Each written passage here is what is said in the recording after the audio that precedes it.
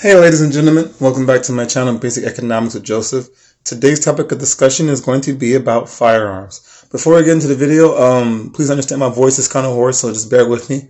But please understand, while we're talking about firearms, I'm talking about firearms from a purely fundamental standpoint as it pertains to economics, history, government, and most importantly, the people.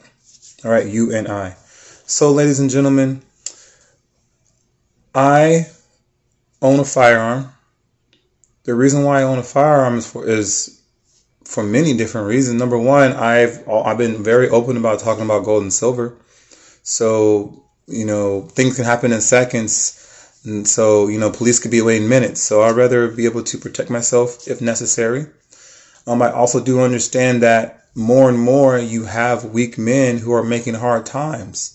And those weak men are the ones who are placating society. So another reason why I have a firearm is because I understand things keep happening. I want to be able to, if that road ever comes, I hope that road ever comes to pass, I'm able to defend myself if others. All right. But also another reason why I own firearms is, ladies and gentlemen, is because I understand the effects of a tyrannical and oppressive government if it hasn't been prevalent worldwide. All right.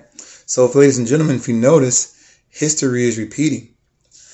Now, I do understand that there are issues pertaining to firearms. Anytime one of these weak men get one and they placate a society and they create those hard times, all these rules get put into effect. But who do those rules affect? It's not going to affect the criminals because they're going to find some way to attain a firearm. It affects people like you and I, law-abiding citizens who do the right things when we purchase a firearm. Now, please understand, I would not have purchased a firearm for the following reasons. Number one, I passed a background check. Number two, I am trained on my weapon. Number three, I am mentally, physically, emotionally, and spiritually fit, ladies and gentlemen, as well as financially. All right. And number four, I understand they pertain to my and your individual sovereignty, rights, and of course freedom. All right. Now understand, this view was not something I had many years ago. I just learned this view by learning about money. And if you guys were to learn about money and economics, you guys would see the same point of view. Pretty interesting. But also, a lot of it has to pertain to the Constitution. All right. The Constitution, I'm not going to go into it, but some very simple standards. Number one, freedom of speech. Well, obviously, freedom of speech is being challenged these days. Second Amendment right to bear arms, to protect yourself against a tyrannical government, and of course, Article 1, Section 10, gold and silver should be legal tender of debt. All right. Now you're probably asking yourself, Joe, how does economics or money pertain to firearms? Well, ladies and gentlemen, it has to do with one word: inflation. All right. Inflation, the transfer of wealth, is an expansion of the currency supply. As governments print more currency backed by a central bank, obviously the purchasing power in the currency gets weaker. But also, of course, that brings more social, economic, and political issues, and people start doing things they necessarily wouldn't do. But again, did you hear what I said? A transfer of wealth. So who does that wealth go to? Well, obviously it goes from us, the people, and it goes to government. And what happens is we get poorer, we get weaker, but a government gets stronger. And there have been many instances in history where that has happened. All right.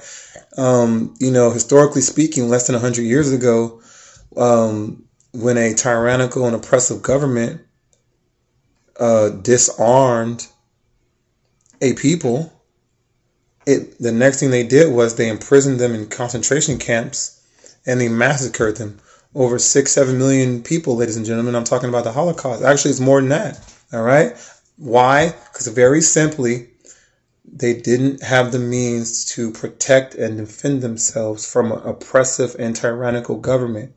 Now, the same thing I've seen videos. I think this was in Australia where they had people going door to door, making sure people took a vaccination. And Australia does not have firearms in some parts, but not every part. Now, just imagine if someone was to carry a firearm and strong arm them into, hey, if you don't take this vaccine or whatever, we're going to put you in jail or even worse. All right. So history, ladies and gentlemen, is repeated in some way, shape, or form. But that is why firearms are so important to a nation. All right. To protect our basic sovereignty, our liberty, our rights, and most importantly, our freedom, ladies and gentlemen. All right. Now, please understand, I'm a man of peace. I do not condone any type of violence. All right. Anybody who knows me knows I'm the nicest guy in the whole world. I would give my shirt off the back for somebody who I didn't know. All right. But I do understand why firearms are so important. But like I said before, I didn't have this view many years ago. But then again, that was that natural ignorance that I'm always talking about, that people just don't. We just blindly just listen to the media or whoever. Oh yeah, okay, I see, yeah. But instead of doing our own due diligence, that's why I always say at the end of my videos, please educate yourself, but please educate others. Thank you, ladies and gentlemen. Have a great day.